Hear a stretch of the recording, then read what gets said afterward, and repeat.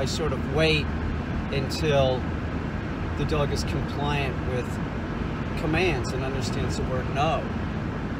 It wouldn't serve any purpose. It would just, I'd be taking him into a situation where it was exciting, the dog would get excited, and then I have like no other recourse. I don't have any recourse. Because if I say no, the dog doesn't understand. See what I'm saying? So I wait until the dog is functioning, knows commands. That also can work as a distraction of the distraction. Meaning people walking in the door.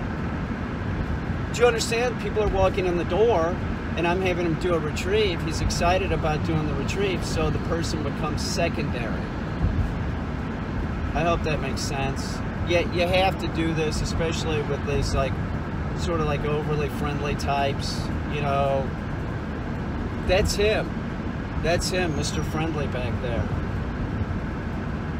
Don't let strangers interact with your dog. They're gonna try and make eye contact with your dog.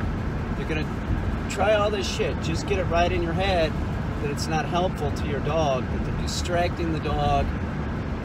Friends and family can be some of the worst. This is true. I'm not making this up. If you're going out of town or something and you want some friend, if your friend says, well, I'll watch your dog, they can be some of the worst for your dog's behavior. So can family members. You could tell your significant other, this is personal experience. I've told girlfriends, don't do that with my dog, and they'll keep doing it. I don't really know why they don't get it. I try and explain it to them like I'm explaining to you right here. Don't do that. This isn't good for his behavior. By doing this, you're conditioning in a negative behavior, and they just don't give a shit. And I see this a lot of times. People will get their dog trained, like a husband and wife. There's usually one that's sort of like a disciplinarian, and then not all the time, some of them, sometimes both of them are real good, but on some occasions there's one that is just like, I don't give a shit, you know, like I can think of this terrier in particular where I went to go do a lesson after the board and train. This was like a month later, and you know, I'm hearing that the husband likes to have the dog on his chest watching TV.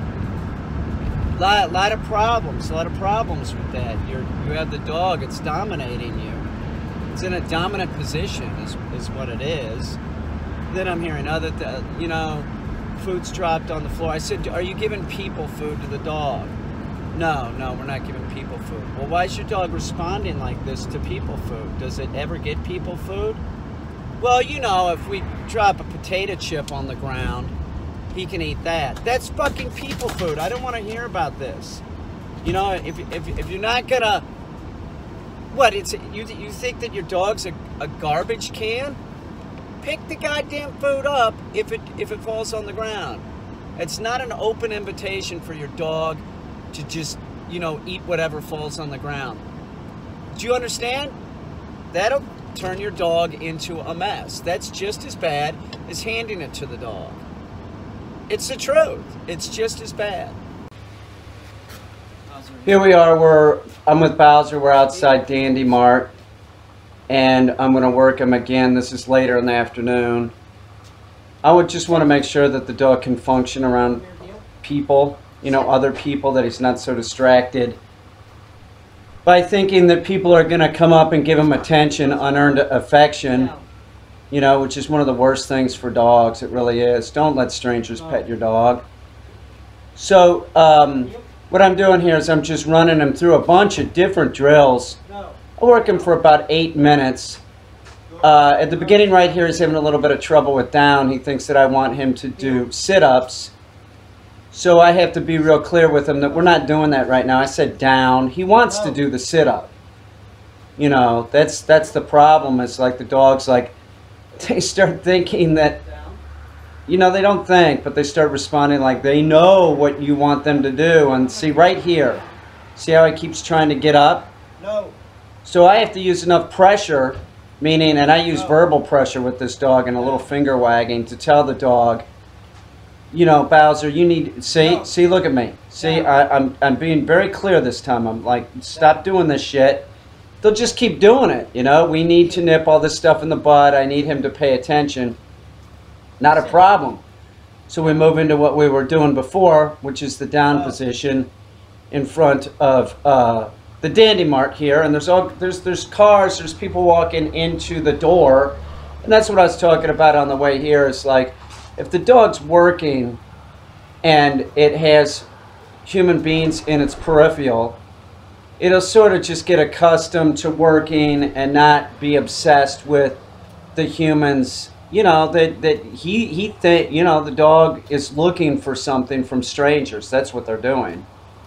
You know, what they're going to get, I don't know. What, you know, it depends on the dog. Like, some dogs have been fed food by strangers, so they think that they're going to get treats. Never accept treats.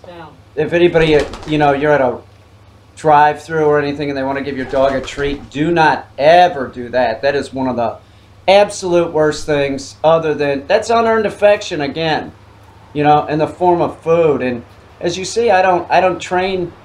Bowser's not trained with any food. We use praise and stuff that he likes to do. You know, using food is just, that's a fool's game.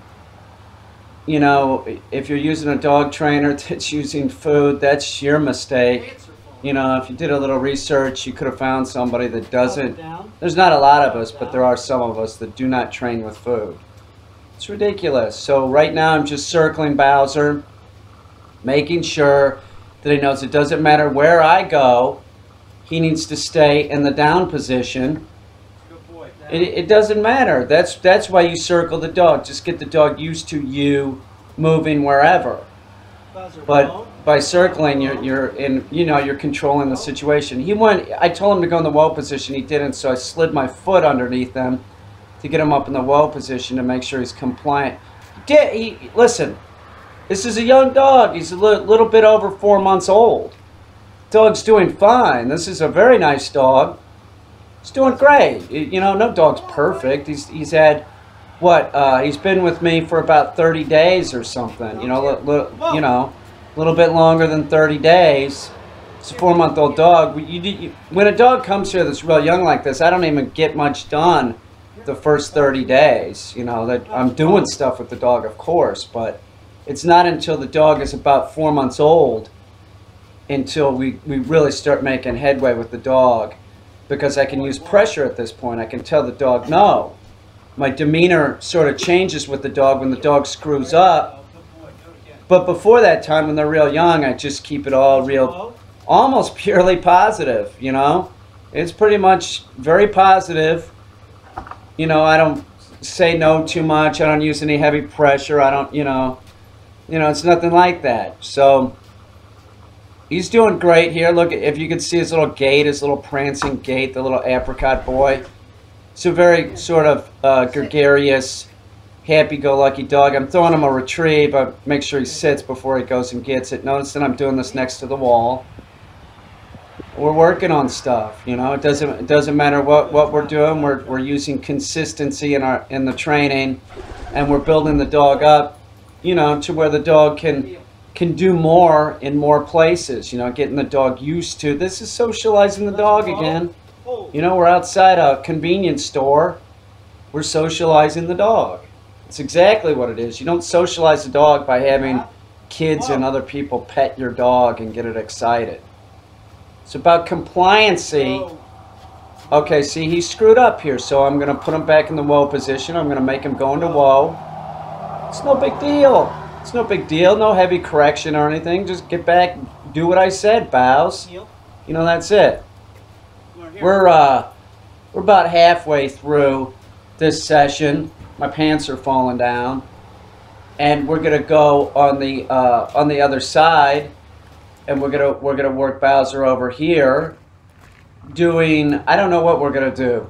I think we're gonna do some of the same stuff, similar. Yeah, I'm having him do whoa. I asked him to whoa, and see, he screwed up, so I'm gonna make sure he gets in the whoa position. Actually, I'm putting him back where I wanted him to do it the first time that he screwed up whoa.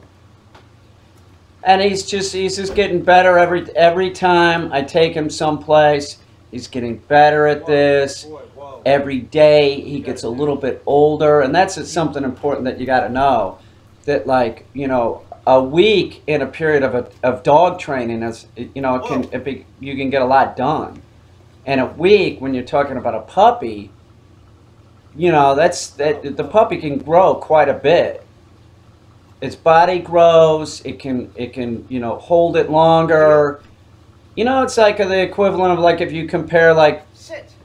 Kids. No, sit. Like, you know, compare like a 5-year-old to like a 12-year-old. See what he's doing here? Watch this. Watch this. Watch him spin into heel. It's great. But if you compare like a 5-year-old to a 10-year-old, the 10-year-old is more competent. You know, if you ask them to do a task, they're going to be more competent. Same's true with the dog. Look at how good he is. He's a very good dog. So every day that the dog, you know, is a little bit older, they get a little bit more competent, and they can handle a little bit more. You must take your time when you're training the dog. Don't use food. Don't use any food trainers.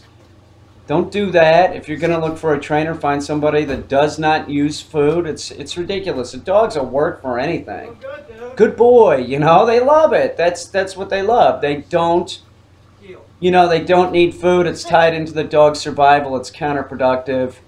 It's just so many dog trainers are short-sighted. They don't even consider other forms of positive reinforcement.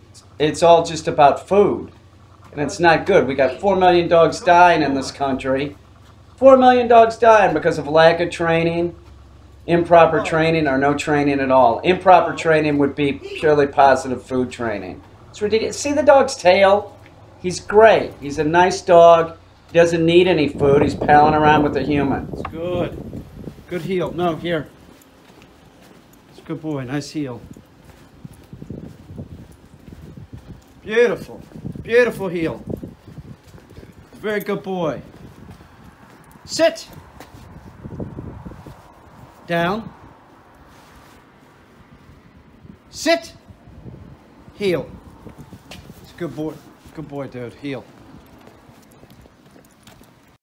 Okay, so we're done. Training for about 8 minutes in front of Dandy Mart.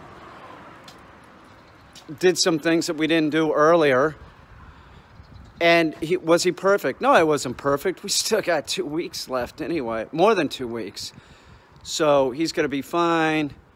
We're going to work him past all these, you know, distractions. He was less distracted this time than the first time. He's doing good.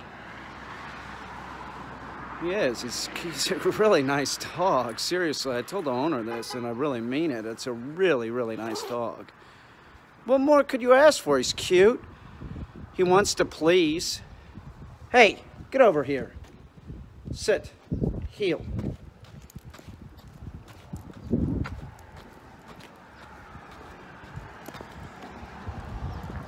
Over here. Here. Come on, buddy. Bowser's going to be awesome. And I'll tell you another reason why he's going to be awesome is that his dad is into him. His dad spent money so that now he can work with the dog. He wants to take the dog every place. You know, Bowser's going to be great.